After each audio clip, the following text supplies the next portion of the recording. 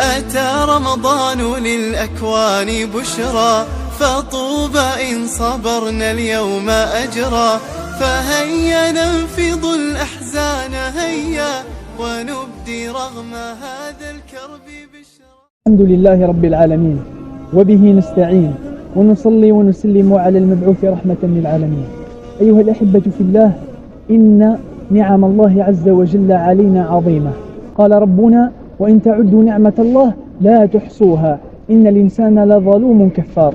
ومن أعظم نعم الله سبحانه وتعالى علينا أن يوفقنا لإدراك شهر عظيم نحن الآن بصدد استقباله.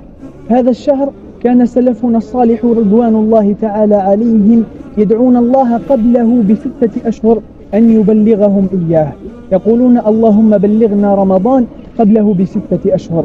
وكان النبي صلى الله عليه وسلم يدعو من دعائه صلى الله عليه وسلم يقول: اللهم بارك لنا في رجب وشعبان وبلغنا رمضان. فرمضان أيها الكرام شهر عظيم، شهر اختاره ربنا سبحانه وتعالى، وربك يخلق ما يشاء ويختار. اختاره لتكون فيه جملة من الفضائل، ففيه ترفع الدرجات، وفيه يزداد الإنسان حسنات، وفيه يتقرب من رب الأرض والسماوات. يقول النبي صلى الله عليه وسلم: إذا كان أول ليلة من رمضان صفدت الشياطين ومردت الجن، وأغلقت النار فلم يفتح منها بابا، وفتحت الجنة فلم يغلق منها بابا، ونادى مناد: يا باغي الخير أقبل ويا باغي الشر أقصر.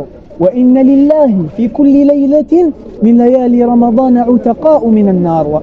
لله في كل ليلة من هذه الليالي أناس يعتقون من النار، يعني تمحى أسماؤهم ولا تكتب في أولئك الذين يدخلون جهنم والعياذ بالله. وهذا لعمري فضل عظيم.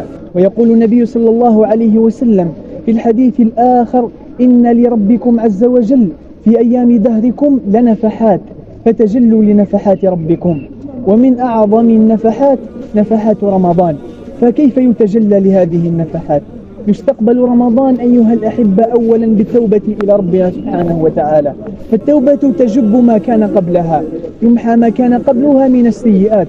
كذلك يستقبل رمضان بالمحافظة على الصلوات الخمس، يحافظ عليها الإنسان في جماعة المسلمين.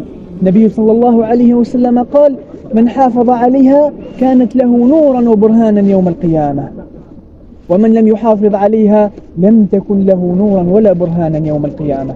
يحافظ كذلك على النوافل، صلاة الضحى الذي هي صلاة الأوابين، وكذلك الرواتب. من صلى لله في يوم 12 ركعة كتب الله له قصرا في الجنة.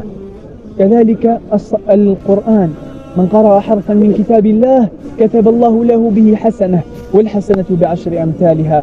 الصدقات، العمرة لمن استطاع إليها، فالعمرة في رمضان تعدل حجة، كما قال صلى الله عليه وسلم: أن يصوم الإنسان إيمانا واحتسابا. من صام رمضان إيمانا واحتسابا غفر له ما تقدم من ذنبه، ومن قام رمضان إيمانا واحتسابا غفر له ما تقدم من ذنبه وما تأخر.